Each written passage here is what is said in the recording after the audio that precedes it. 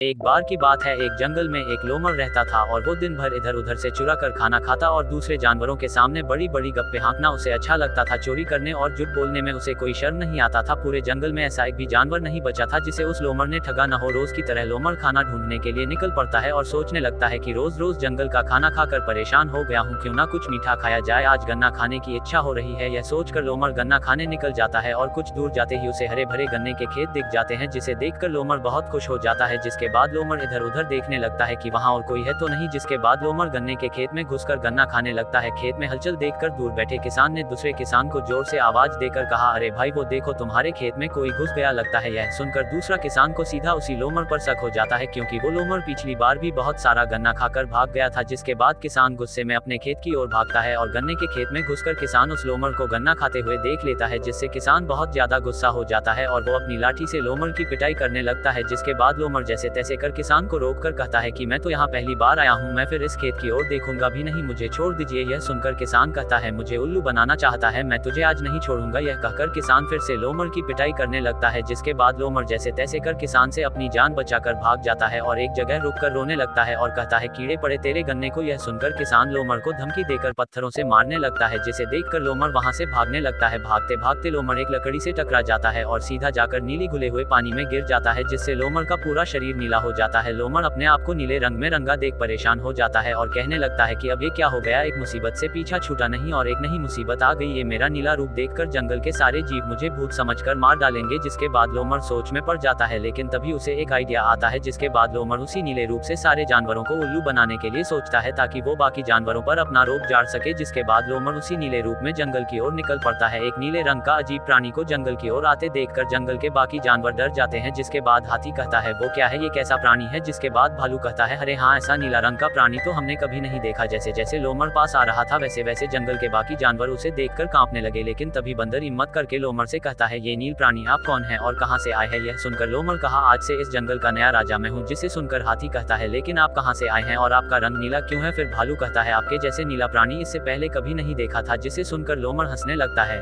फिर लोमड़ बताता है कि मैं ईश्वर का विशेष दूत हूं और मैं नीले आकाश से आया हूं, इसलिए मेरा रंग नीला है। जिसे सुनकर हिरण कहता है, आप सच में ईश्वर के दूत हैं, हम तो धन्य हो गए। वैसे ईश्वर का हमारे लिए क्या संदेश है। फिर लोमड़ कहता है कि ईश्वर ने मुझे यह संदेश दिया है कि अगर आप सब मुझे अपना नया राजा मानकर मेरी सेवा करोगे तो आप सबका कल्याण होगा और मैं आने वाले सारे संकटों से आप सबकी रक्षा करूंगा। जिसे सुनकर सभी जानवर लोमड़ को अपना नया राजा मान लेते हैं और सभी जानवर लोमड़ की जय जयकार करने लगते हैं। अपने नाम की जय जयकार सुनकर लोमड़ बहुत खुश हो जाता है। सभी जानवर लोमड़ को बड़े सम्मान के साथ राजा के सिंहासन पर बिठा देते हैं और जंगल में चारों तरफ खुशी का वातावरण था और अलग अलग तरह के प्राणी अपने राजा की गीत गाते हुए डोल बजा रहे थे। लेकिन तभी कोयल लोमड़ से कहती है कि महाराज, आपकी अनुमति हो तो मैं आपकी प्रशंसा मैं अपनी मधुर आवाज में गीत गाकर सुनाना चाहती हूँ। जिसके लिए लोमड़ अनुमति दे देता है। जिसके बाद कोयल लोमड़ की प्रशंसा करते हुए अपने मधुर आवाज में गीत गाने लगती है, जिसे सुनकर लोमड़ बहुत खुश हो जाता है। जिसके बाद सारे जानवर उस लोमड़ की सेवा में लग जाते हैं। कोई लोमड़ के हाथ पैर दबाने लगता है तो कोई लोमड़ के लिए अलग अलग तरीके के फल लेकर आता था, जिससे लोमड़ अपने असली रूप को भूलकर अपने आप को जंगल का असली राजा समझने लगा था। जंगल के नए राजा को देखने जंगल के कोने कोने से जानवर आते थे, लेकिन एक दिन लोमड़ियों का झुंड नए राजा को देखने पहुंच जाती है, जिसे देखकर लोमड़ भी खुश हो जाता है। फिर लोमड़ियों के झुंड ने नए राजा का स्वागत करने के लिए एक साथ आवाज लगाना शुरू कर देता है, जिसे देखकर आदत के कारण लोमड़ भी उनके साथ आवाज निकालने लगता है, जिसे सुनकर सभी जानवर चौंक जाते हैं। जिसके बाद लोमड़ को एहसास होता है कि उसका पोल खुल चुका है। जिसके बाद सभी जानवर गुस्से में आकर लोमड़ की बहुत पिटाई कर देते हैं।